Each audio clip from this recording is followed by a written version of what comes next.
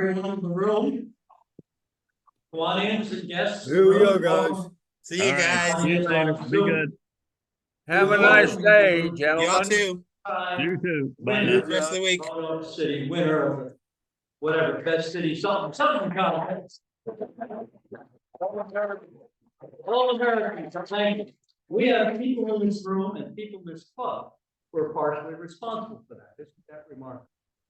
Also, welcome to the largest civic organization in the Roanoke Valley. I'm Michael Brocta. Pleasure for me to be serving as president. A few quick announcements before John gives the introspection and before Bert leads the pledge. The first thing is I just want to acknowledge Dan Carnes' passing and his funeral this past week.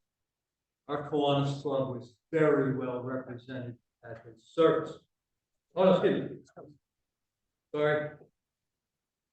There are more funerals going on than I'm used to. Dan Carnes passed away. His funeral is today at 1 o'clock. I'm encouraging you to leave this meeting and go to the funeral. I will stay here because I'm president. But if you can, break away, go to his funeral. So St. John's Episcopal.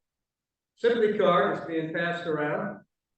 So, and let's see, I want to give you an update on Emily Bailey. You know that she's been touch and go with an undiagnosed malady that causes her to have serious vertigo and related issues.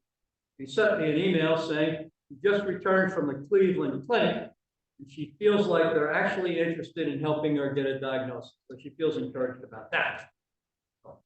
Now you just clap for some music. I'm going to do that myself now. Thank you very much for returning from Europe and playing for us again.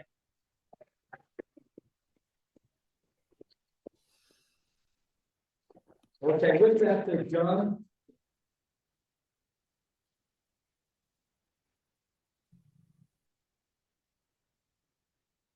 Good afternoon. As I learned, I've been asked to do the introspection today. I was doing some research on the internet, and sometimes, you know, it seems like divine intervention when you find what you're looking for. I asked for strength, and God gave me difficulties to make me strong. I asked for wisdom, and God gave me problems to learn to solve. I asked for prosperity, and God gave me a brain and brawn to work. I asked for courage, and God gave me dangers to overcome. I asked for love, and God gave me people to help. I asked for favors, and God gave me opportunity. I received nothing I wanted. I received everything.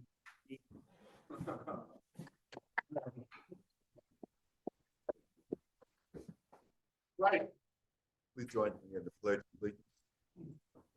I pledge allegiance to the flag of the United States of America, to the republic for which it stands, one nation under God, indivisible, with liberty and justice for all. Thank you. Please be seated. Bert, thank you for the pledge. John, that was a particularly inspirational introspection. So I was tongue twisted earlier. I want to address that. We were very well represented at the funeral this past week for Lloyd Enoch. And it's just a happy coincidence that our speaker today has a professional relationship with the type of work that Lloyd spent his time doing. So Jeff Vick is on his way up now to introduce our guests. And then after that, I'll deliver my president's message. Thank you, Mr. President. I'd like to welcome the following guests to our club today. As I call your name, please stand, and I would ask also that the host of the guests also stand. So first of all, We have Kevin Matheson, our violinist. He's back over there at the buffet line, and he's being hosted by Judy Clark. Thank you for that beautiful music, Kevin and Judy. We have Shireen Hughes from the Wetlands Watch, and she is here with Don Witt. We also have Savannah Newbern from Wetlands Watch, also with Don. Ian Blair from Wetlands Watch, also with Don. And one more at that table is going to be Elizabeth Payton, who is with the city of Roanoke, and she's with Don as well. Welcome very much to our meeting.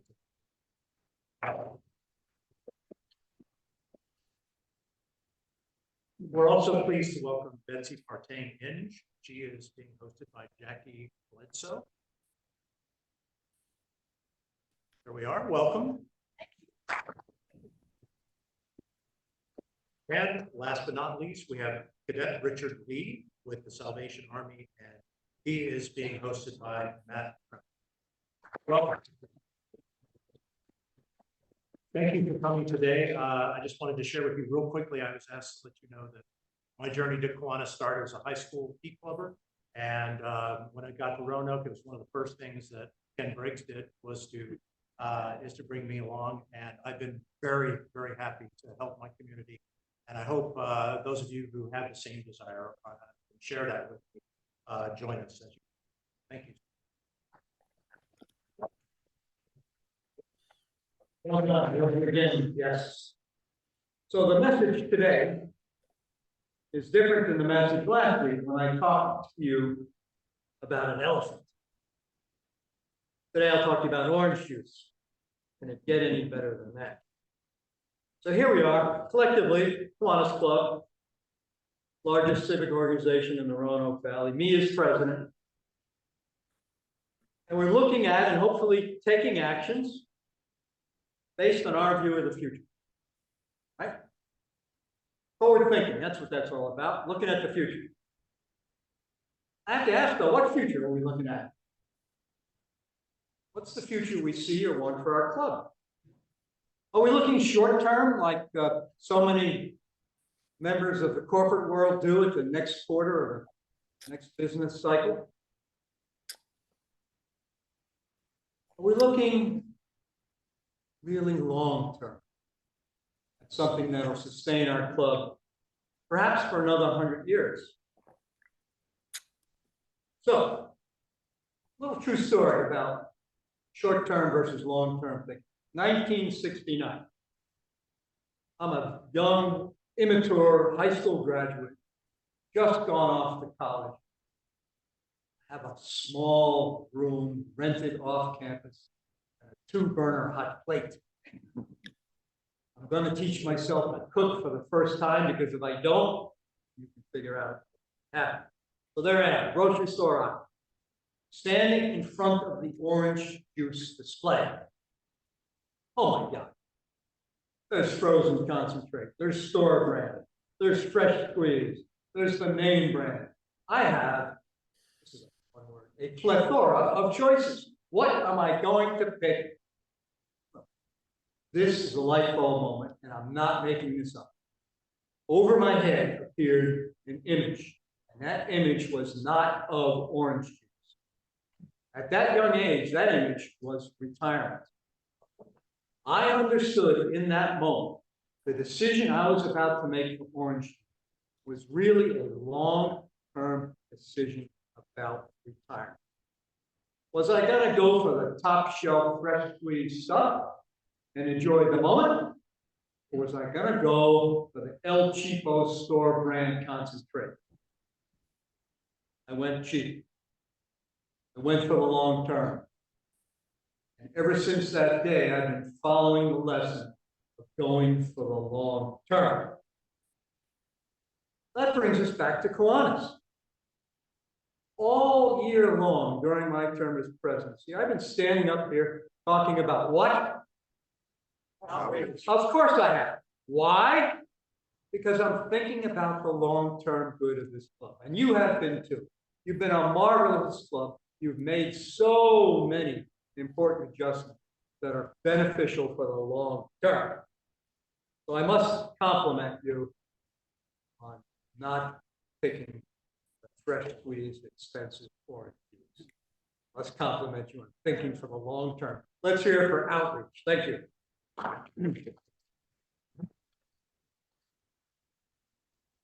So on his way up here now is Hy Nicely. He's going to inspire you with his autobiography. I've encouraged Hy, and he's agreed that he'll publish his autobiography in the upcoming newsletter. So for the members that aren't in the room or on Zoom, they get to benefit from your background, Hy.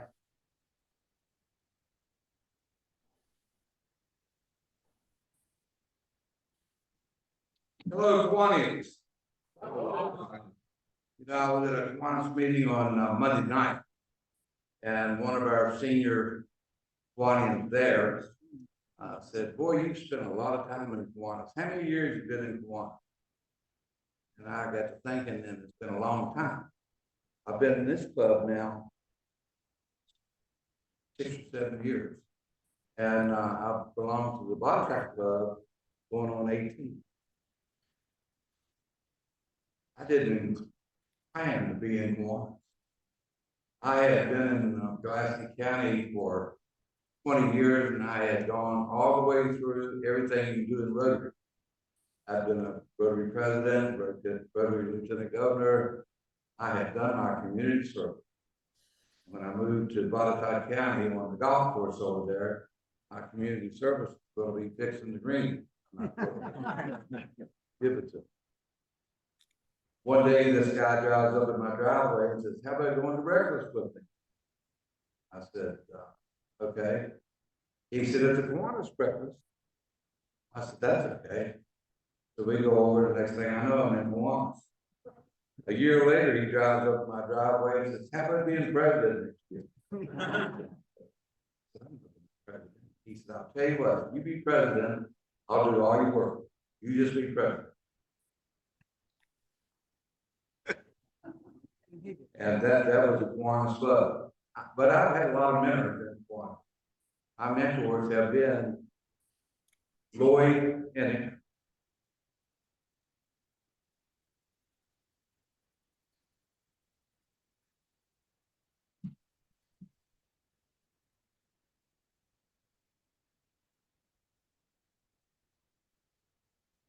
do I pretend? Yeah. Go forward with. John, Lloyd, and I ran around together in Virginia for 3 years. And everywhere we go, it'll be Lloyd, me, and John. Thank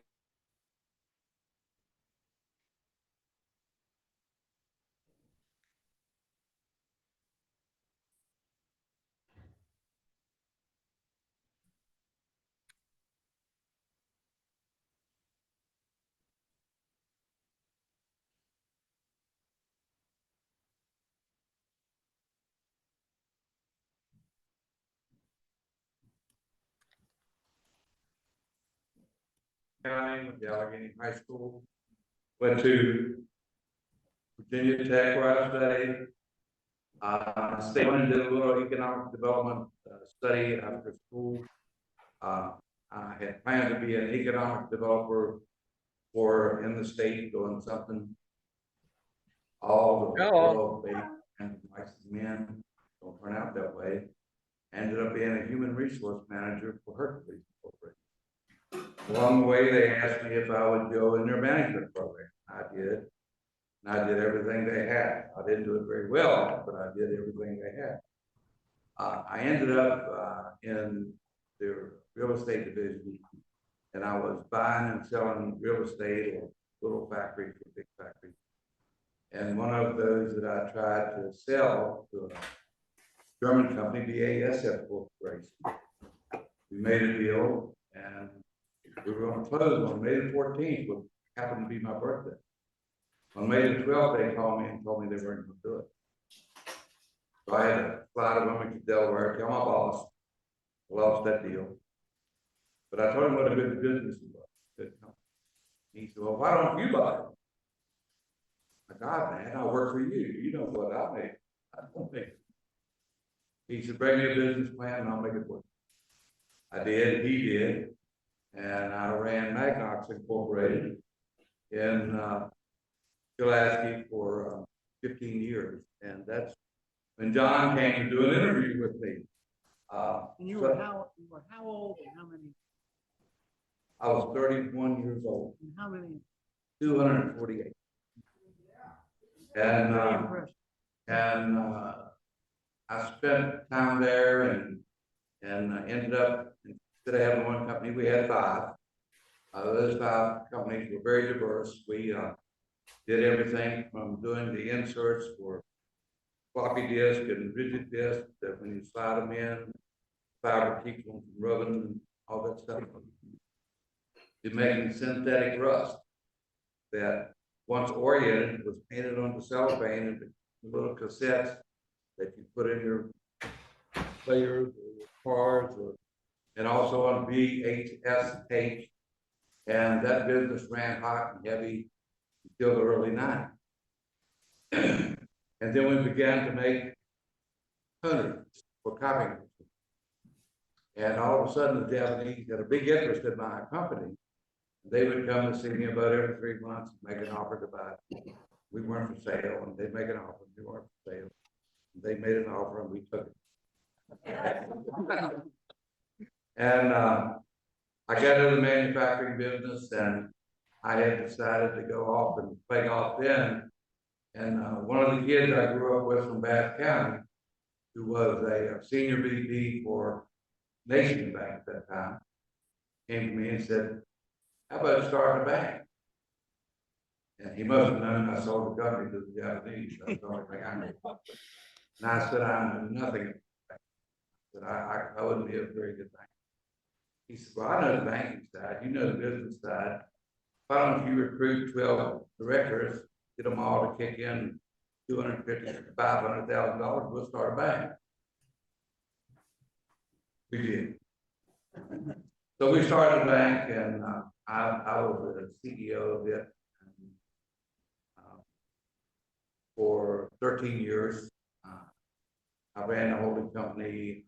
I did a lot of things in the bank, but the best thing I liked doing in the bank was going out, meeting people, and getting them to come and do business with us, whether it was loans or investment or just plain old checking.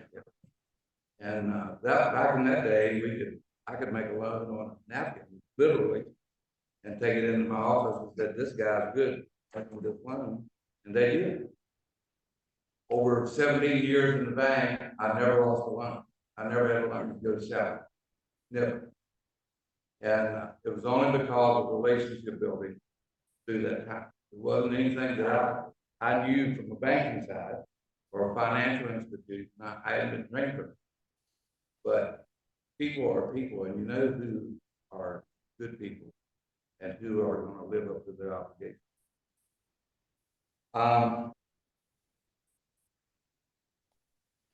While I was with the Hercules company, I moved all the time.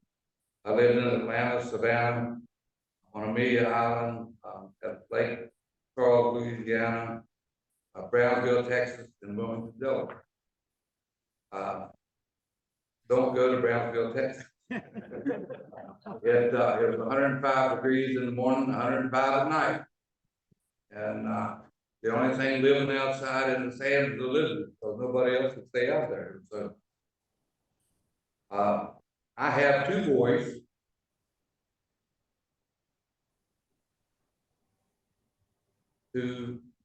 One is a vice president here for First Citizens Bank in Roanoke. The other one's a lawyer in Lynchburg for a manufacturing company. He's their general counsel now. And I couldn't have done any better.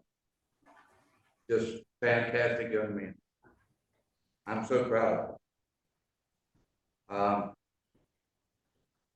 Well, look at you, all trimmed up. Looks nice. While I was in Pulaski, Feels a hell of a lot better. I've been Especially offered when it's opportunities hot. because I was in the right place at the right Well, I time. don't think that has anything to do with it. It's The a guy came hell over to of me in a- Pulaski and said, "Let's get minor league baseball back in Pulaski." They had it there and they lost it, couldn't get it back. And the Appalachian League was a 10-team league, and they only had 9. And so I said, well, I don't know much about that, but we'll see what we can do. We got the Atlanta Braves to send their regular league team to Pulaski. We had 10 teams in the Appalachian League. And I got to be president of the Appalachian League for 4 years. Got to go to the Winter League meetings with major league guys and had a vote in everything that they did, and I thought I was something.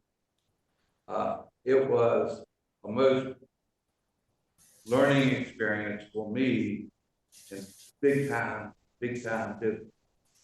And in Pulaski, we were able to convince the local government there to make improvements to Calfee Park, which had been there since the late 1700s.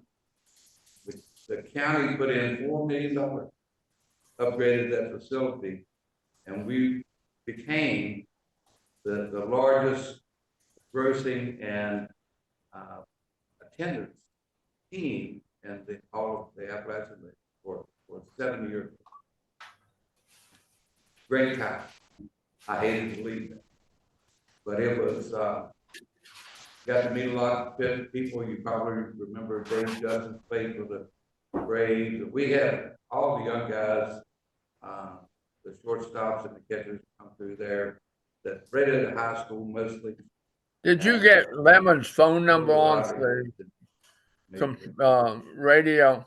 A lot of pride that we took in the fact that we'd get them on an airplane, bring them in and feed them for 2.5 months, and then they would move. Didn't I need to call him back?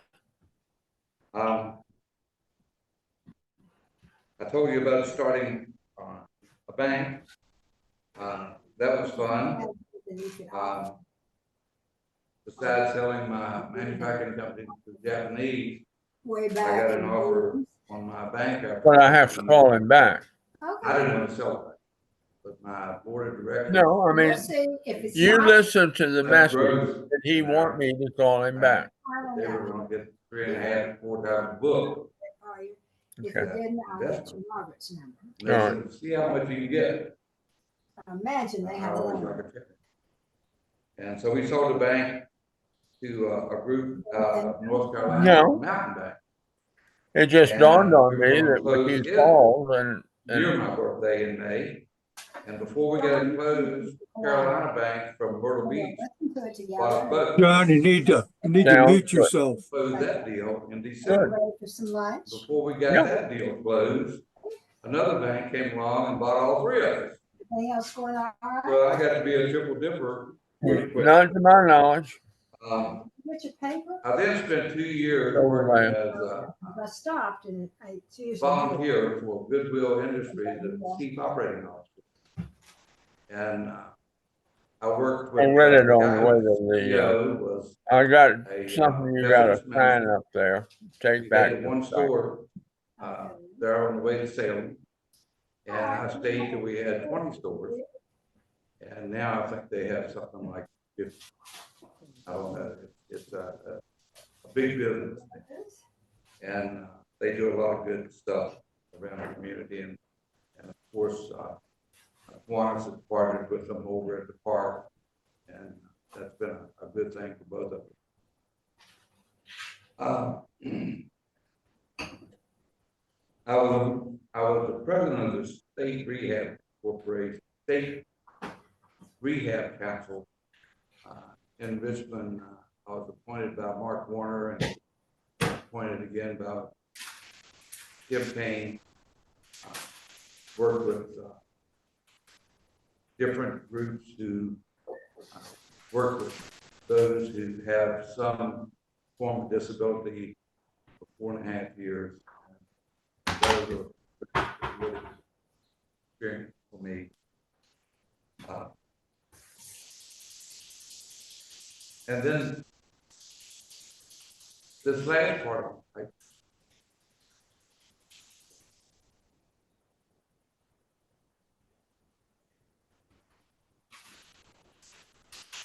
well, since I had COVID, my emotions are right here. the medical community. It saved my life. Dr. Kessler did that once. I'll never forget that. Then I went to a football game on August the 29th and 21, never remembered leaving. And woke up in COVID ICU a month and 10 days later in a room with all glass. There was 3 people working up against the far wall. My arm pinned down to my stomach. You'll see the dark blood stains on my arm. And these people were dressed from head to toe. They had on masks. I died of, or I'm in a spaceship. I don't know where I am. And one of those people turned around and looked at, well, he woke up. And I said, woke up? Where about him? So this nurse comes over, never saw their faces, 41 days. Came over and put her hand under the blanket where I was pinned together. I was being treated for sepsis in one arm, COVID in the other. And she said, Mr. Knightley, I'm gonna get you out of here. I didn't know where she'd get me out of. I didn't know what was going on. Anyway, I knew I couldn't breathe well, and almost not at all. And several doctors and the nurses got me out of there and sent me home. And the first time they sent me home, I didn't have enough strength to sit up in the chair, so they sent me back. And I was able to recover from 2 times on ventilators. And the only damage I've had is in my left foot and my right arm. But the good Lord kicked me back.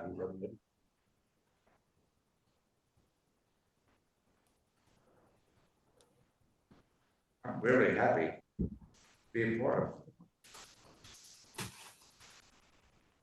Hello.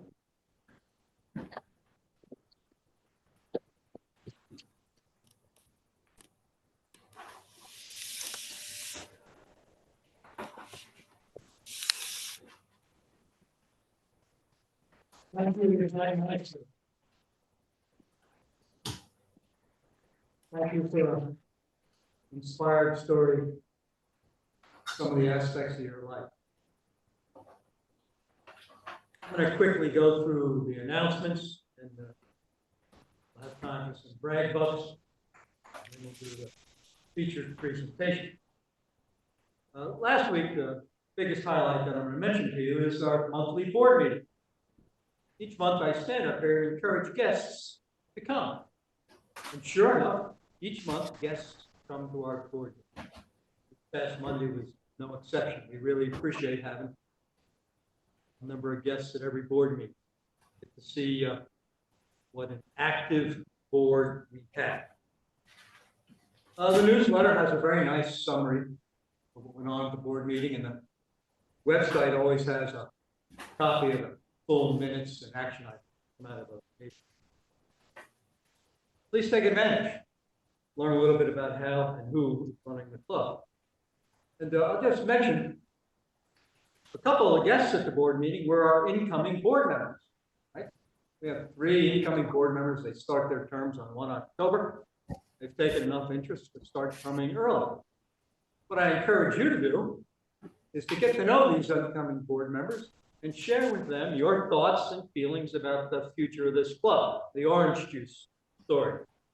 So, Bert Boyd is one of the incoming members. Quiz time. Who else is incoming as a board member? Preston Tyler, very good. Who else? Number 3? Mr. Keith Hartman. So, now that you know who they are, talk to them. Thank you. The book club is meeting tonight, South County Library. The Strategic Planning Committee is not meeting this Saturday. I know some of you are disappointed in that. Fortunately for you, though, we have the sign-up sheets that I understand are on your table for how you can spend 1 week during the summer at the nature park. And during that week, you'll do some light weeding and light watering and get a real sense for just what a gem that is that we are developing.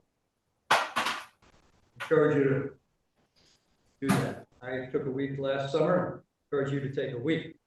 Let's see, I'm looking at my notes, the same notes that you have on the agenda.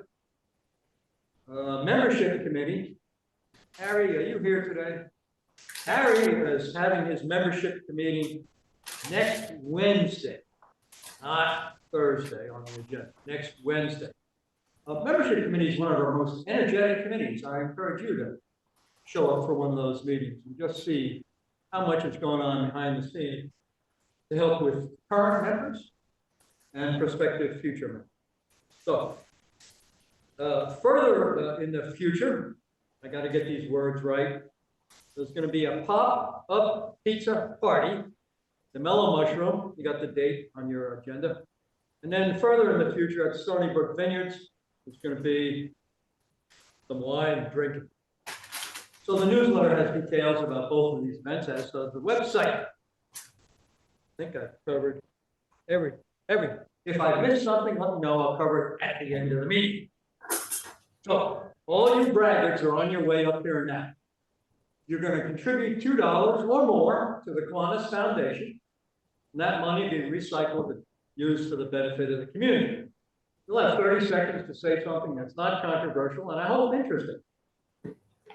Reeve Kessler. So I'm encouraging you all to stay and listen to the speaker, who I happen to know from years ago. I say, I'm encouraging you all to stay and listen to the speaker, who I know from years ago. But that's not why I'm up here to brag. I'll say I was not born yesterday. But I was born 75 years ago yesterday. So yesterday was indeed my birthday. 75th birthday, and in a marginally practiced tradition here in the club, I'm giving John a check for $75. As an aside, I'll say that last week there was a long list of June birthdays read, and there's still plenty of time this month to come up here and brag on your birthday. Now, having said those two things, we're circling around to another moment of inspection or whatever, and I'm going to give you a couple of quotes about age, both from people who were known for saying a lot in a few words. First one is Abraham Lincoln, Gettysburg Address. Amongst other things, age said, in the end, it is not the years in your life that count, but the life in your years. It's a good guide for Kiwanis. And the second, from somebody from a different time, a different career and so forth, is Jack Benny, also a man who delivered a lot of one-liners. And his comment on age was, age is strictly a case of mind over matter. If you don't mind. So, one more quote from my Kiwanis mentor, Ken Briggs, and I'll say, it's always a good day for Roanoke. Thank you all.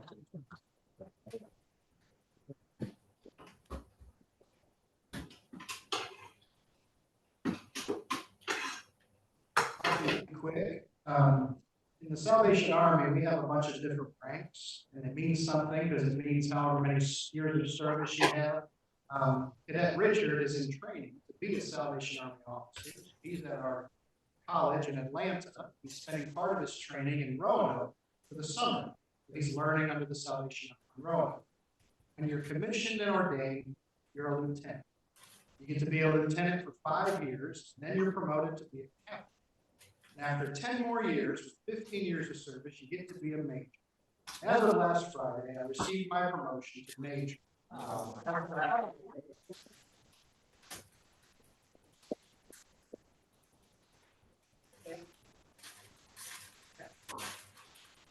President Mike and Kiwanis, this is a brag, it's not a brag, it's an announcement from Brother Ken Briggs.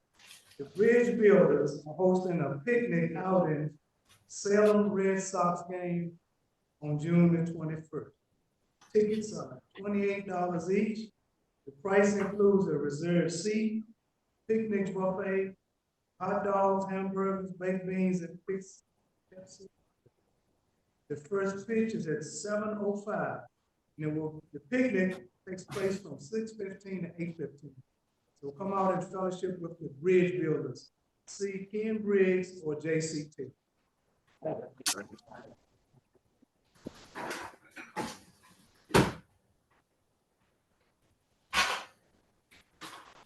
Good afternoon, everybody. I have a brag. I was a city manager for that.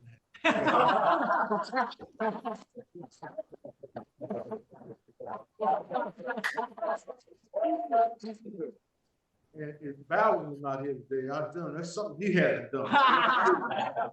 If I'm not here, they come back, the mayor has done something you have not done. Thank you. We're an 8-time All-American city. We're very proud of.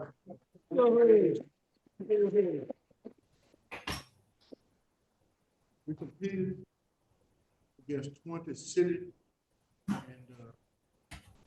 something that one of the jurors said,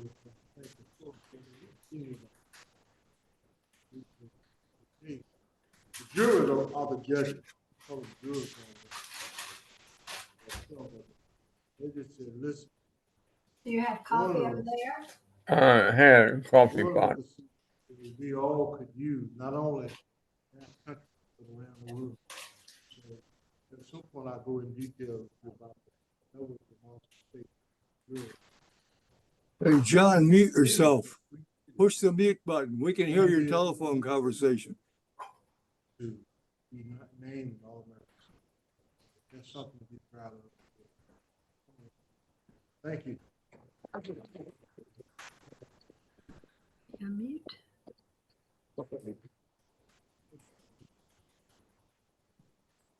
Good afternoon, I'm Vern Daniels.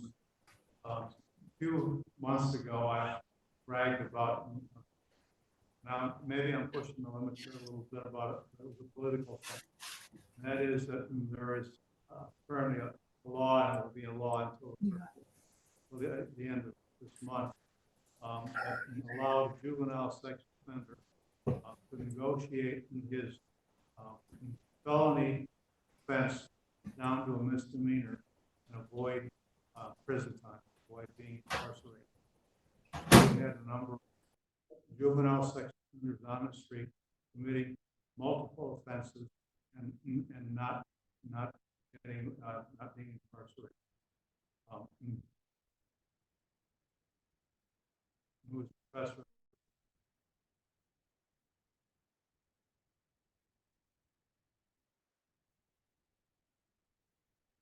Community.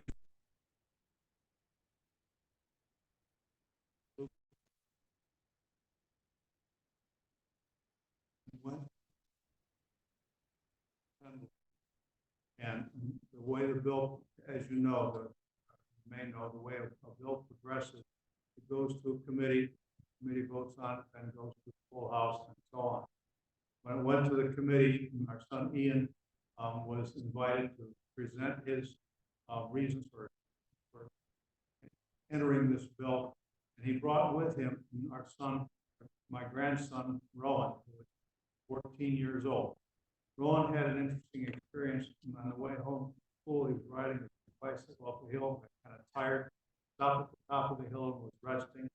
And the guy pulled up in a rickety old van and offered to put his bicycle in the back of the van and give him a ride home. And Rowan said no. Home and told his dad. And his dad went, and Rowan went back to that location, drove around the streets there for a while, found the van, got the license number off of it, went to law enforcement people, and it turns out that this guy was 3-time juvenile sex offender. So Rowan testified at the subcommittee in the House about his experience. That bill passed committee without objection, unanimous. went to the full house. Ian and Rowan testified at the full house. Passed the full house without objection. Goes to the Senate. Rowan and Ian testified before the subcommittee in the Senate. Passed the Senate committee without objection. To the full Senate. Two of them appear before the Senate and testify. And passes the Senate without objection. The governor is now going to sign this. And about 3 weeks ago, Governor Youngkin got 3 or 4 bills together that related to public safety and specifically juvenile sex offenders. Rowan introduced the governor at that news. 14-year-old young man has gone through all of this and introduces the governor at his bill signing ceremony at the news conference. Ian spoke, and my daughter-in-law, Ruth, introduced the First Lady. So this is what my family has been doing to help protect juveniles and sex offenders.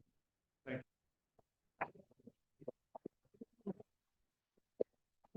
you. Standing job, Fred. Standing job, Fred. Thank you all. So, Bert, you're going to come up and introduce speakers.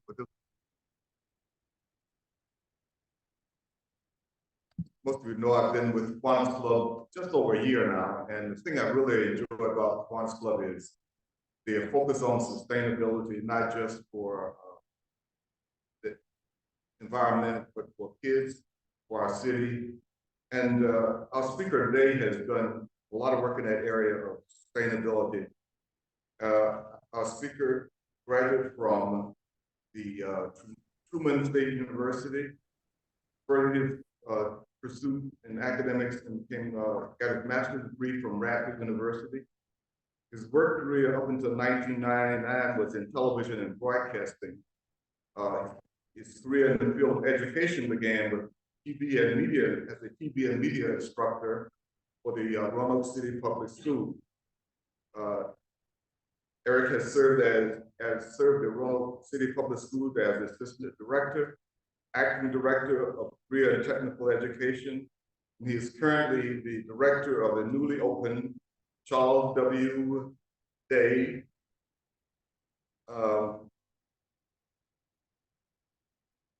Technical Education Center. This state-of-the-art facility is housed in the old Ruffler Middle School, and after extensive renovation, and is now part of the William Fleming campus. So it's my privilege and honor to present to you Mr. Eric Lear from the City of Roanoke City Public School.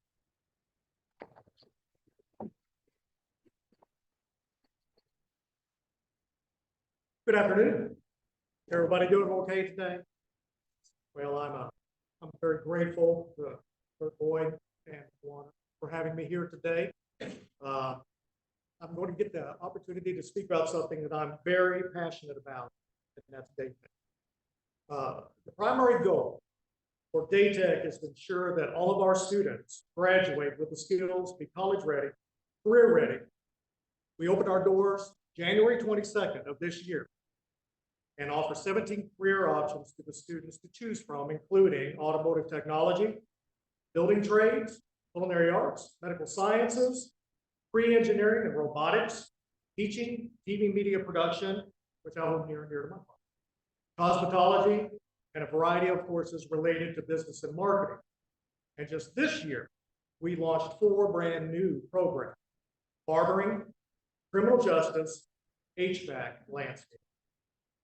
When our students graduate, they will have the technical skills, academic skills, and employability skills to be competitive in their chosen path and to achieve their chosen goals. Last year, we had over 6,000 middle and high school students taking a CPE course in Roanoke City Public Schools. And the graduation rate, I want you to listen closely to this, so I feel very proud.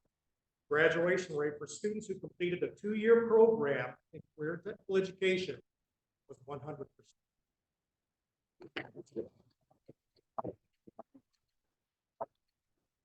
Do I have to put $2 in the thing now? At Daytech, we believe in creating pathways for every student enrolled in our programs.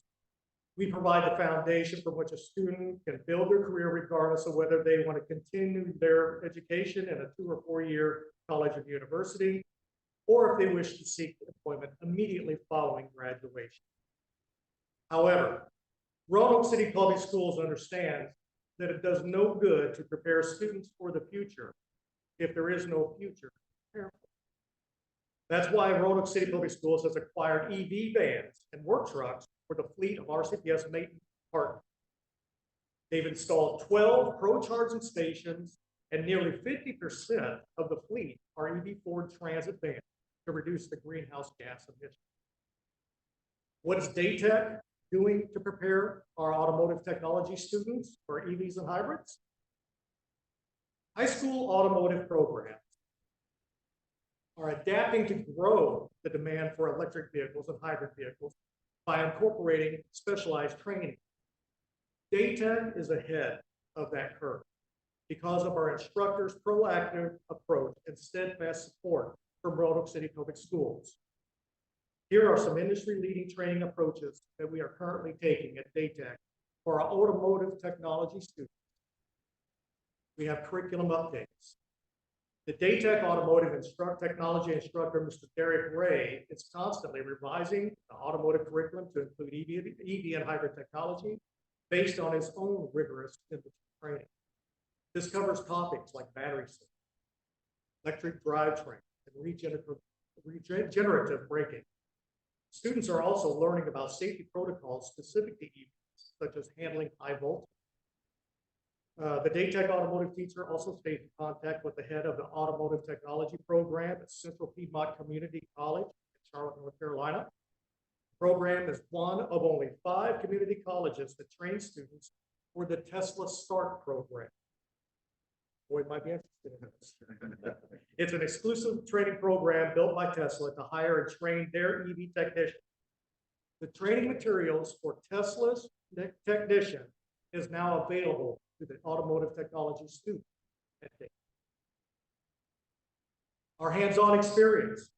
We will offer hands-on training with an actual hybrid car that the school will be purchasing this August, 2024. The automotive instructor is also diligently trying to get an EV car donated to our program. So for all of those of you who have connections out there with dealerships, come talk to them. Students will work firsthand with diagnostics, maintenance, and repairs on the vehicle. Daytech also has an EV trainer.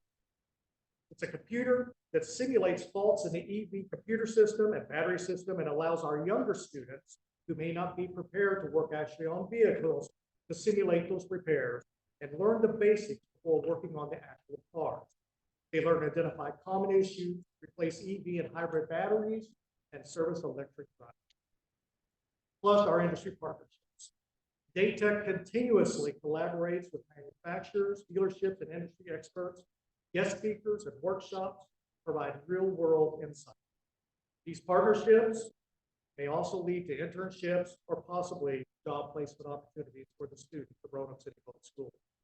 This year, the automotive program at Daytech hosted 9 industry-related guest speaking, including manufacturer reps from Subaru and Hyundai, as well as dealership management from Southern Team, Berglund, Magic City, Carter Machinery, and Lawrence Trucking. The students also had an opportunity to meet educational reps from Universal Technical Institute and the University of Northwestern Ohio. Both schools train students in post-secondary EV automotive training. Our certifications that we offer our students, we do provide the ASE, American Service Excellence certification in hybrid and EV repair, as well as Virginia's Workplace Readiness Skills, an exam that prepares young students for those soft skills that we know that everybody desperately needs. Both certifications greatly enhance a student's employability. And finally, our online resources. Daytech uses platforms and courses to supplement classroom learning. Currently, our instructor has implemented 4 automotive manufacturer-specific training programs, in addition to the required state-funded programs that only offer 11 EV training sessions. The additional manufacturer programs, which include Subaru, Hyundai, Ford, and Kenworth, add an additional 71 EV and hybrid platforms for the students to learn from. They are the exact same platforms that the technicians working in each of those industries will use. So our students will walk out with the same certification as many of the men and women who are currently working in those industries. Wow. As you can see, when it comes to EV training, it's certain in the evolving world of EV and hybrid vehicles, Daytech students will always stay on the cutting edge.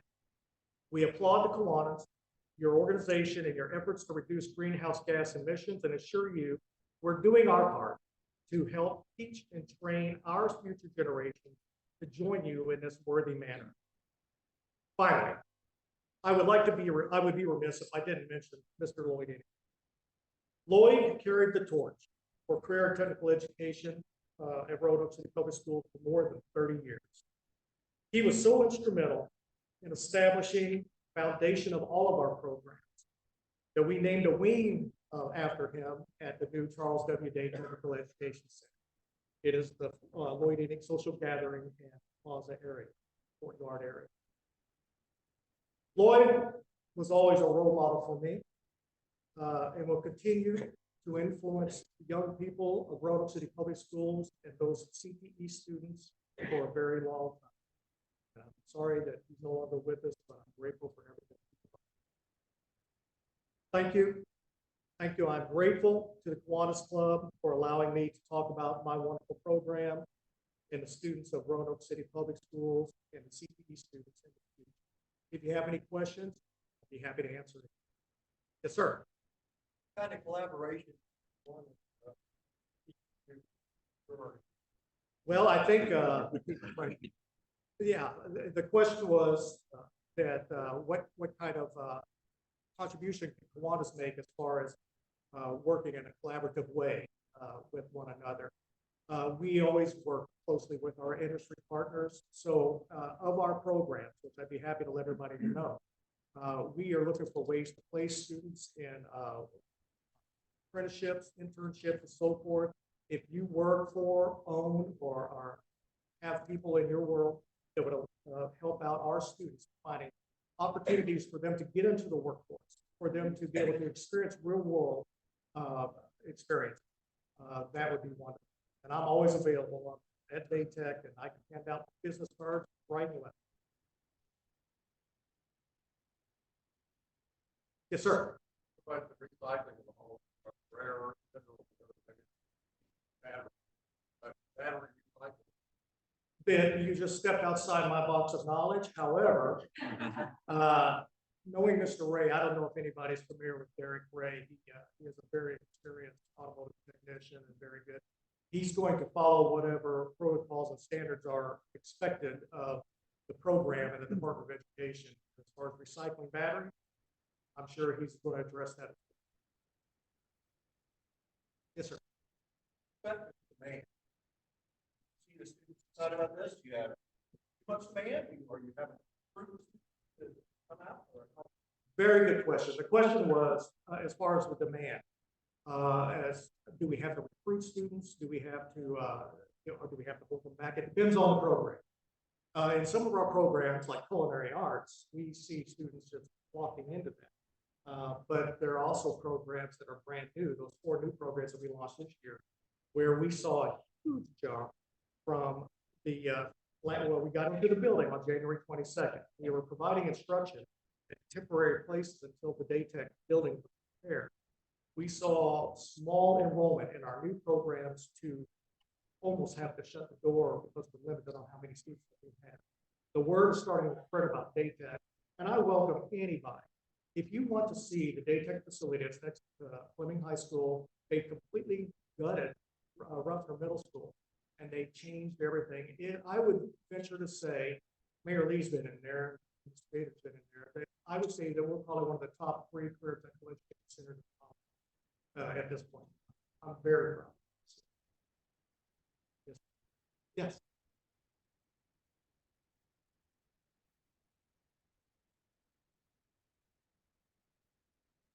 Correct. The question was, how many programs do we have in regards to cybersecurity? We have one program dedicated entirely to cybersecurity and coding. And we also have 3 business information technology programs that cover a significant number of types of courses within those underneath those umbrellas. Business information technology includes some coding and game design, and also deals with cybersecurity. It also deals with MOS applications, the whole technical side of it. People way smarter than I am, sir, are teaching those. Yes, sir.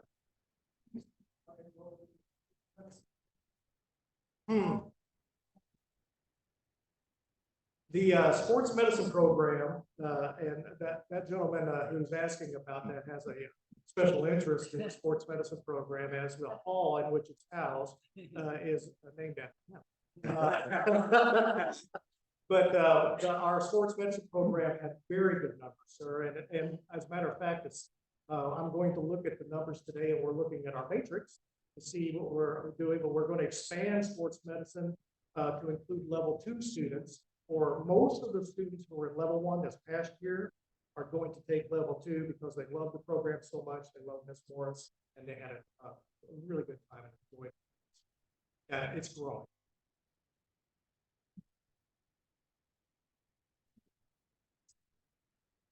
No, sir. The question was, do I offer classes in the summer? We do not. However, Career Technical Education does provide a pseudo camp called 555, where we have students come in, the rising 5th graders. They come and see all of our programs for 5 days, and we can come up with activities for them. And we've actually recruited students from the 5th grade into the high school program. So it's all about the children, and that's it's fun to do what we do because we can see the impact that it's going to have on our community.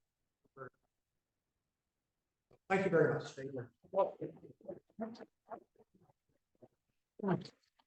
Thank you very much. We have an honorarium, and this particular honorarium, you've chosen to have it go to the Kiwanis Foundation, and we thank you for that. Let's pose for a picture.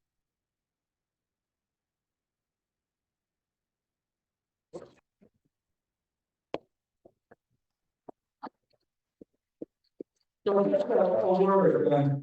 this club has had an active CTE program for years. And that grew out of our relationship with the local community college. And during COVID and subsequent to COVID, the community college received enough funding from other sources not to really need the scholarship money that we had been providing. So this year, as my term as president, I found that our club has been without an active CTE program for the reasons I just stated. Well, I've recommended to you over and over again that you stop in at a board meeting and see what's going on. If you've been doing that, you would have learned that our current board member, Greg Lineberger, has taken the action to see if he can't develop a CTE program 2.0 to get us back into that business. Now, it's not going to surprise me if after this meeting, Mr. Lineberger speaks with Eric about CTE. I'm also going to put in a plug for the Sluss family. Jill Sluss has a husband, Jeff, who is very active in the CTE arena, as Jill is. They have been leading the organization in Virginia called Skills USA. In fact, I understand Jeff is in Richmond this week on that subject. Again, we've reached out to Jeff to see if we can't learn something that can help us build CTE 2.0. Okay, so that was important for you to hear. The other thing that's important for you to hear is there is leftover soup for you to take home, okay?